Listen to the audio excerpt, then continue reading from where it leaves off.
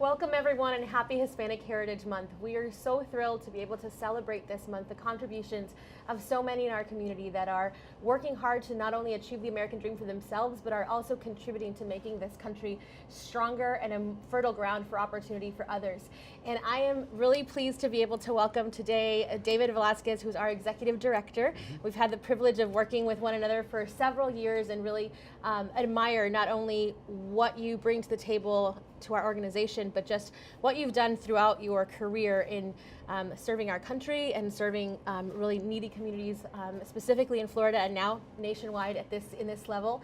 As I've mentioned before, we have 4 pillars at the Libre Institute: and faith, family, education, economic prosperity. And today we're going to be talking a little bit about the faith pillar and why that's important to us at Libre Institute, and also why it matters a lot to our community. And so, David, talk to us a little bit about the role of faith in our community and what role it plays and why it's important to us here at Libre. Sure. So first of all, it's good to be here. Good to be talking to everybody about what we're doing, and especially about the faith pillar, because faith is such a vital institution in our country and in society, right? And for Libre, especially with the Hispanic community that we reach out to, faith is very important, and it's one of the key institutions in our lives, in the way that we live our lives. Family is such a big part of who we are, and so for Libre, it's always been important to partner with different community institutions, and faith institutions, churches have been a key role in that. And the reason why is because that's where we congregate, and that's what we talk about, and that's where I can remember when I was younger talking about ministry with my parents and just being in, obviously coming from I was a pastor's kid, right? So I grew up in a household where we talked about faith all the time, and it was a big part of who we are. And so for Libre, it always has been a big part of the Hispanic community, and so we find it very important to reach out and to partner with faith communities around the country. Yeah, I think it's something like 80% of Hispanics in the U.S. that profess an active faith of some kind. And so when we look at being relevant to our community, I think that's something we take into account. So David, I know that before coming to Libre, you were actively involved in ministry. Would you share with us a little bit about your journey and how you got into that world, and then kind of how you transitioned from that into Libre? My grandfather was a pastor for many years in New York City.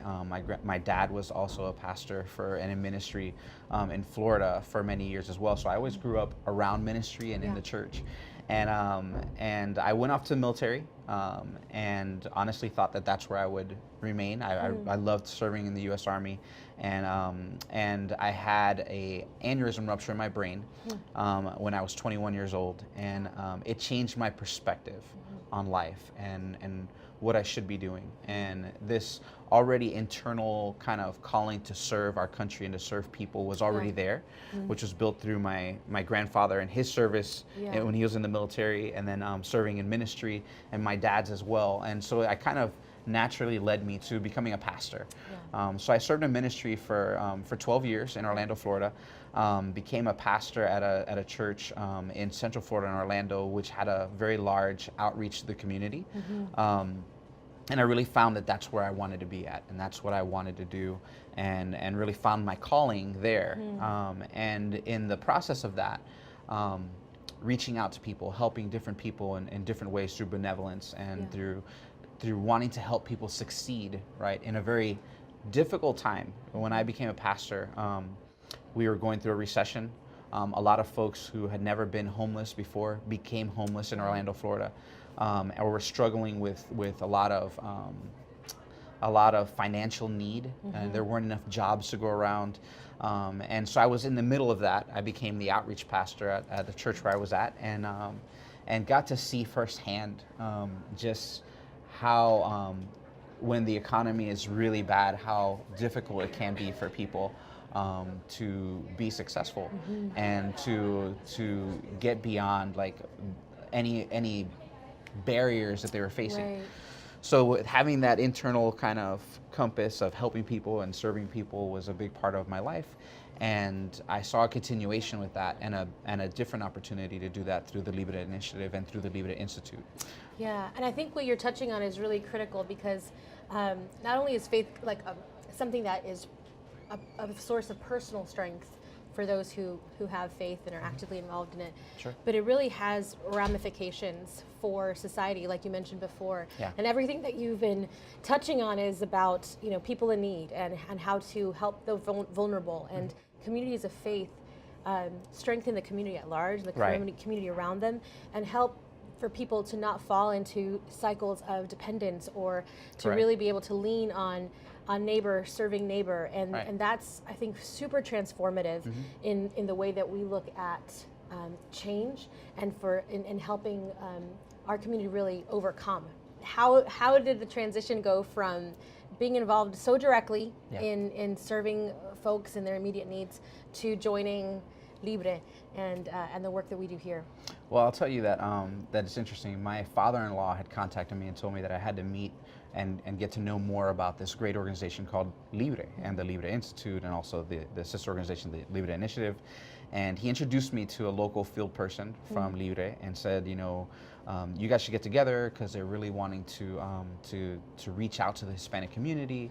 And just because of my connections through ministry, thought it was a good idea. And I remember not even going to the website or anything. I spoke with this young guy, and he was like, come out to one of our events, or to one of the events we were at, and I'd like to just talk to you for about an hour. So I remember it was a Saturday because I had to preach the next morning at church, and I went out to this event, and it was called Feria La Familia in Orlando. It's a big event. About 20,000 people attend it every year. And I went to this event, and it was chaotic. There was, different vendors everywhere. I thought this was a Libre event, and I realized that it was not just that. It was a bigger event, but there were so many people engaged and involved, and it really encompasses the culture, the Hispanic culture, a lot of music and great food. And in the middle of that, there was this young guy sitting at a table, and I remember this because he was so just so passionate, talking about freedom and liberty. And speaking about how government dependence was not the way. And I remember at first, just when I first walked up, there were a group of about 25 people at the table, and then he just started to show a video, and that video was just talking about government dependence and how it just hit the Hispanic community the hardest, and how there needs to be a call for freedom and liberty, right? And just hitting on those notes, I heard him speak for about 15 or 20 minutes, and I was sold. Right away, I knew that there was something here that I needed to pay attention to. I just fell in love with the message and what we were doing, and just really thought that this was an opportunity for me to make a difference in a different way, even though I'm still, as involved as I can be with my church. So. That's awesome. No, I think, and probably just from getting to work with you and others, I think that there really is a pretty direct line between the kind of work that takes place in churches across the country and the work that we do in terms of sharing the message that freedom drives progress. Really being able to see light bulbs go off in our community as the values that they have in their own soul, from wherever we originated from. To work hard and to value family and to pursue education, which is another one of our pillars, and how all of those things work together to really set a foundation for being able to progress ourselves, but then also, like so many in the faith community, bring others along with them. How can we honor folks, people of faith who are making contributions in our communities across the country? I would say get involved. I mean, I think each one of us, in whichever way we get involved, right, whether a local church or different institutions as well of faith. I think that the way that we honor is to continue the work, right? To continue to better society and to help people realize that freedom really does drive progress. And at the very forefront of that conversation of freedom is a pillar of faith and understanding where your moral compass comes from and who you are, right? Our country is grounded on faith principles. And I think that the way that we honor that is to find ways to help other people and to find ways that we can help other people to be successful, right? Because I really subscribe to that kind of thought that that we should all be out there, putting our best foot forward to help other people be successful. That's really what my life has been about, my whole adult life has been about, and I'm just proud of the people that I see out there every day doing the work, and helping people to be successful and lead successful lives. So there's this thought of, I can succeed and I can help others succeed. And I think that that's the way that we honor our faith background, our faith belief, is just by taking part and taking action. So I really invite those of you who are watching to get involved, and that could be with the Libre Institute, or maybe just your local church or your community. There's so many opportunities to really invest of your time and of your talent to strengthening the vulnerable, and really launching and helping your experiences to push someone else further. And I think that's where our community will thrive, and again contribute to a thriving society overall. So David, thank you so much for your leadership. Thank you for your time this morning. And thank you to all of you for your contributions in your communities across the country. Hope you have a wonderful rest of Hispanic Heritage Month. Thank you.